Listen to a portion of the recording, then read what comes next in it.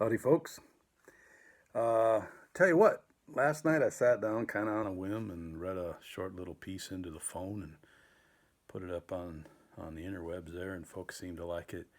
And in this time when we're all hunkered down one way or another, I thought, well, I'll try and do another one tonight. I don't know that I can do them every day, unless you want to just send piles of money. And I'll just sit here and read all day. Be a dream come true.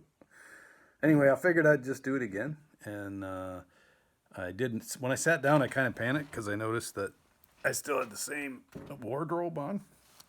I even had the same cap, so I didn't change shirts, but I did quick switch out caps. So now I got my Ray Wiley Hubbard cap on.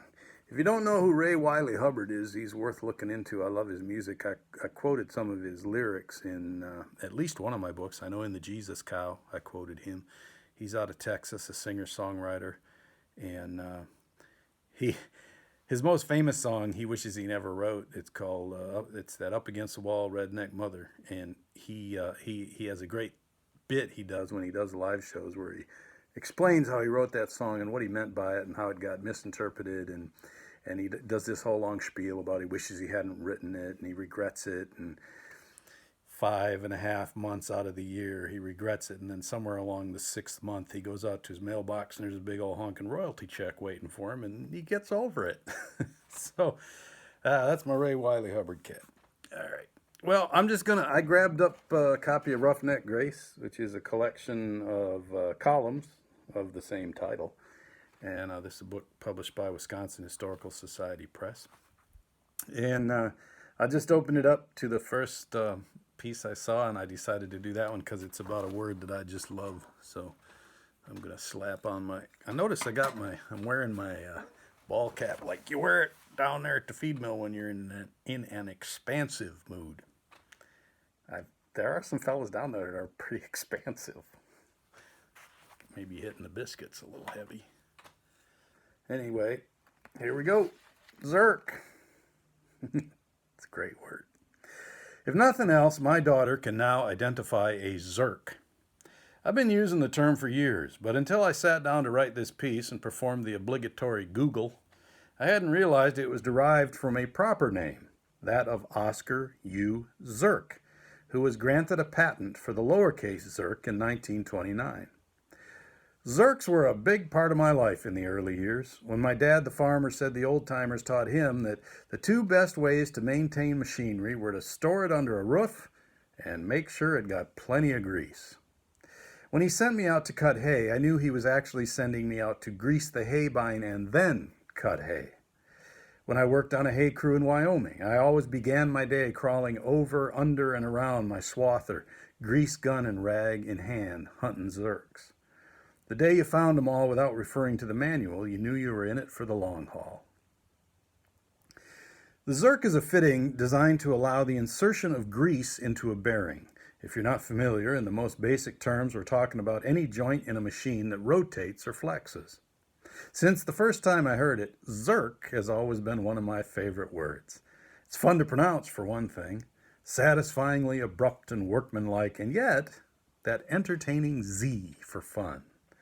It's also the kind of word a typist with soft hands likes to carry in his back pocket for those conversational moments down at the fire hall when he wishes to imply knowledge more situationally substantive than the keyboard shortcut for a happy face emoji. No matter how soft my hands, if I casually drop the term Zerk, it feels like I have calluses. Like most parents, I'm never sure if I'm executing my responsibilities in a manner bound to produce a functional adult. We can only respond by teaching at every opportunity. And so it was as I spent part of the day, this was written a while back, obviously, and so it was I spent part of today teaching my teenage daughter how to attach and detach the brush hog to and from the tractor before sending her out to buzz down an overgrown patch of pasture. But first, I introduced her to the Zerk.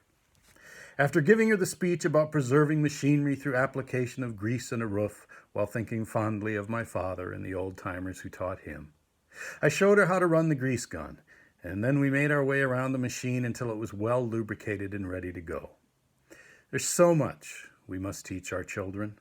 Lately, I feel like I've been falling short. Not for lack of trying, mind you. It's just that the older they grow, the faster it goes, until you realize you're never going to cover everything, let alone make it stick. I don't know how I'm doing.